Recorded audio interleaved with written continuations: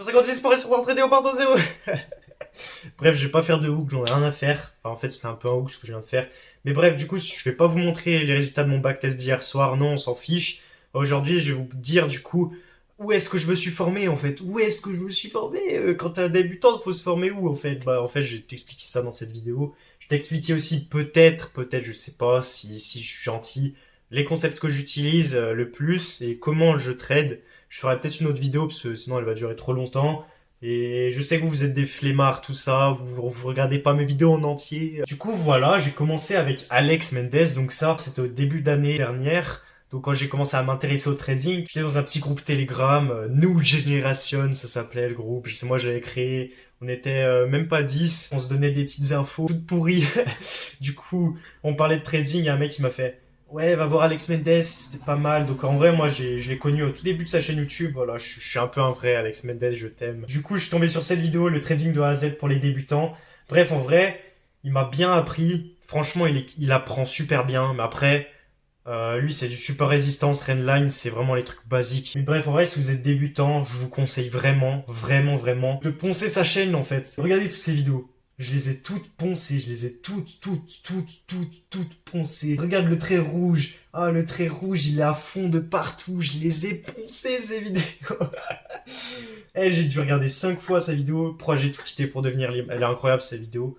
Allez la voir. Je m'en souviens, j'étais au lycée, j'étais avec mes écouteurs comme ça, j'allais à la piscine municipale parce qu'en EPS j'avais piscine. J'écoutais ça, quand j'étais dans le bus j'écoutais ça. Je me disais putain faut que je sorte de la Matrix, faut que j'arrête le lycée, j'en ai marre, j'en peux plus. Du coup voilà, j'ai quitté le lycée, voilà. Mais bref. J'ai commencé avec Alex Mendes. Franchement, c'est bien pour avoir les bases. Après, Super Résistance, moi, franchement, c'est pas trop mon truc. Franchement, moi, c'est pas un truc que j'aime bien. C'est pas mon kiff. Donc après, j'ai cherché des trucs un peu plus complexes, tout ça, parce que moi, j'aime bien comprendre. J'aime pas juste faire, oh, il y a un support, bah, du coup, j'achète. Et si ça cache, je vends. Non, mais c'est trop facile. Tout le monde fait ça, en fait. Et 90% des traders sont pas rentables. Donc, en fait, si tu fais comme tout le monde, tu vas pas être rentable. Mais bref, tu peux être rentable avec le support résistant. Je dis pas que tu vas pas pouvoir être rentable. Encore une fois, tout dépend de ta personnalité, de ton caractère, tout ça. Enfin, mais bref, moi je sais que j'aime pas trop. Du coup, après, ça c'est un abonné à moi qui m'avait dit dans un commentaire, va voir Institutional FX. Il est plutôt pas mal. Ses vidéos, franchement, elles sont top. Ses premières vidéos, il fait beaucoup. Enfin, en fait, un peu comme moi. Moi, j'ai vu ça. Ils vous veulent du mal, la triste vérité derrière les propres firmes. Franchement, elle est pas mal. Mais vous voyez que j'avais commencé, vraiment, j'ai commencé par les premières vidéos.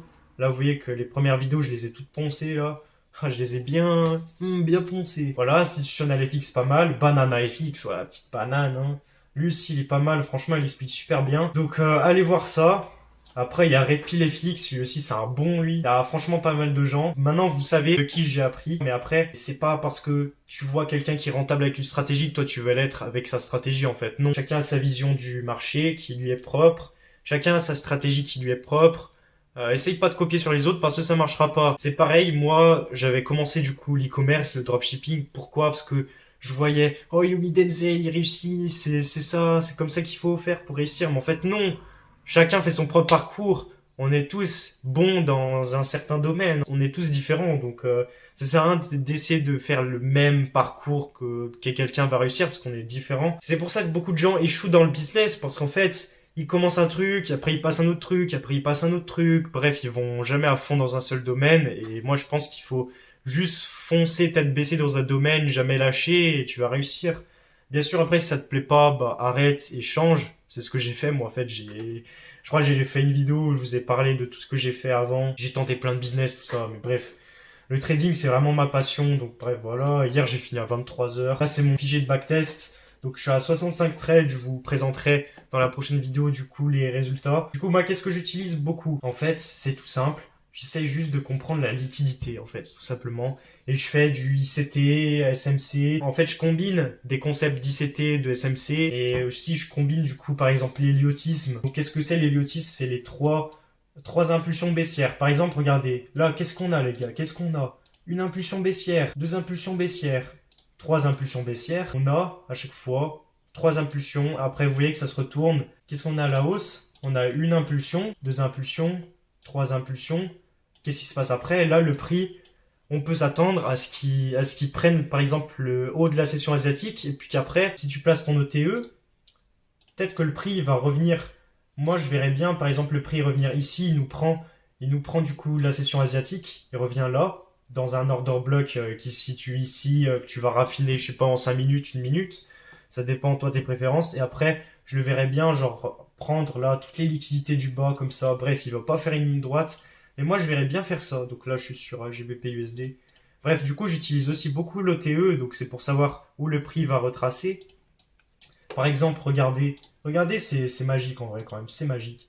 Si tu prends de là, tu prends du plus bas au plus haut, tu vois que là, le prix il réagit où? Oh, bah il réagit là. Et regarde. Donc là, tu vois qu'on est en 15 minutes. Du coup, tu traces ton order block. Là, tu vois que ton order block qui est dans l'OTE, c'est lui. Du coup, tu le traces. Et là, tu vois que eh ben, ça réagit. Voilà. Donc, ça réagit sur la zone des 0,62, 0,79 de l'OTE. Donc, c'est pour savoir à peu près quand le retracement va être fait. Et là, tu vois que eh ben, le prix, eh ben, est là, hop, il a réagi dessus. Voilà, donc franchement, c'est un truc que j'utilise pas mal. Franchement, ça ajoute un petit plus. Voilà. En fait, tu vas apprendre le plus possible de concepts et tout ce que tu kiffes, tout ce que tu trouves intéressant, tu vas tout simplement le mettre pour créer ta propre stratégie. Ne c'est pas de copier-coller la stratégie de quelqu'un d'autre. Ce même en la copiant-collant, tu vas pas avoir les mêmes résultats que l'autre personne qui a réussi. Tout simplement parce qu'on a tous une vision différente du marché. Et voilà, sur ce, c'est la fin de la vidéo. J'espère que ça t'a plu. Moi, je te dis à bientôt. C'était Nathan. Salut, tchuss.